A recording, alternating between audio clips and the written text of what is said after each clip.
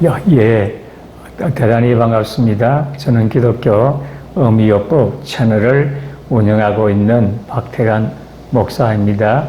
오늘 시간에는 정신적 충격에 대해서 함께 생각을 해보려고 합니다. 여러분, 어릴 때 얻어맞아 본 기억이 있습니까? 아픔과 슬픔을 느꼈을 것입니다. 정신도 마찬가지입니다. 갑작스러운 가족의 추원이나 또 불의의 사고나 강제 퇴출, 불치병 선고 등으로 정신적 충격을 받는 경우들이 있습니다. 충격을 받으면 흔들리게 되어집니다. 충격을 받으면 방향 감각을 상실하게 됩니다. 충격을 받으면 어찌할 바를 몰라 합니다. 이런 사람들이 우리 주변에 무수히 많이 있습니다. 바로 내가 이런 형편에 처해 있을 수 있습니다. 이럴 때에 어떻게 해야 되겠습니까? 빅터 프랑클이 독일군에 의해서 1,500여 명의 동료들과 함께 끌려가고 있었습니다. 80명씩 나뉘어서 기차에 올라탔습니다. 내일에 대한 기약도 없이 짐승같이 끌려갔습니다. 시간이 얼마나 흘렀는지 모릅니다. 자는 둥 마는 둥 밤을 지새웠습니다. 새벽녘 희미한 햇살이 틈을 뚫고 들어왔습니다. 어떤 사람은 군수공장으로 간다고 하였습니다. 한참 가는 중 어떤 사람이 소리쳤습니다. 저기 팻말이 보인다. 아우슈비츠다. 그 순간 모두들 심장이 얼어붙는 것 같았습니다. 겁에 질린 눈을 하였습니다. 눈앞이 깜깜했습니다. 정신이 아찔했습니다. 모든 신체가 힘을 잃는 것 같았습니다. 가스실, 화장터, 죽음, 불안과 공포가 밀물처럼 밀려왔습니다.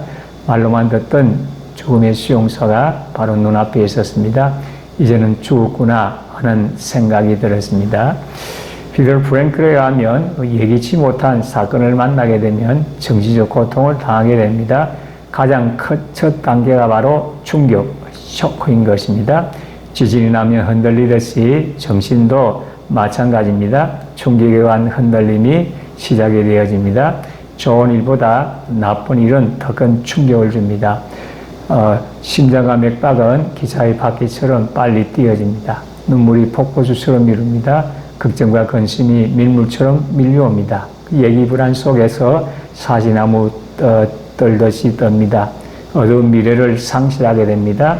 이성적 판단이 흐려집니다. 사건에 대한 해석 능력이 감소합니다.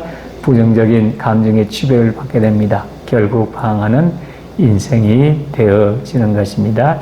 이럴 때 우리는 어떻게 해야 되겠습니까? 물론 그와 같은 정신적인 충격이 오게 될 때에 좀 쉬는 것이 필요한 것입니다. 그래서 쉬는 동안에 이 사건을 객관적인 눈으로 분석을 해보는 것이 필요한 것입니다. 왜 이와 같은 일이 생기게 되어졌는가? 그것을 분석을 하는 것이 필요한 것입니다. 그래서 이해를 해야 되는 것입니다. 그렇게 가면서 우리가 그 사건을 통해서 얻게 되는 신앙적이고 인격적이고 또 사건적인 유익을 생각을 해봐야 되는 것입니다. 인생의 모든 것은 양면을 가지고 있습니다. 좋은 일이 있으면 나쁜 일이 있습니다. 어떤 일이든지 좋은 면이 있으면 나쁜 면이 있습니다. 또 나쁜 면이 있으면 좋은 면이 있다는 것입니다.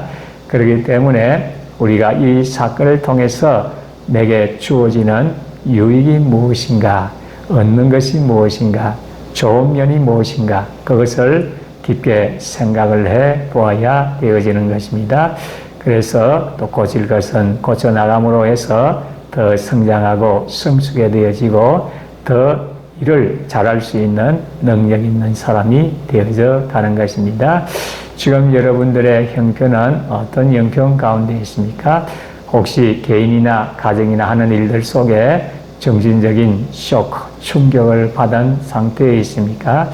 이와 같은 상태를 우리가 쉬면서 이해하고 유익을 생각을 함으로 해서 더 나은 삶으로 전진하게 되시기를 진심으로 소원합니다.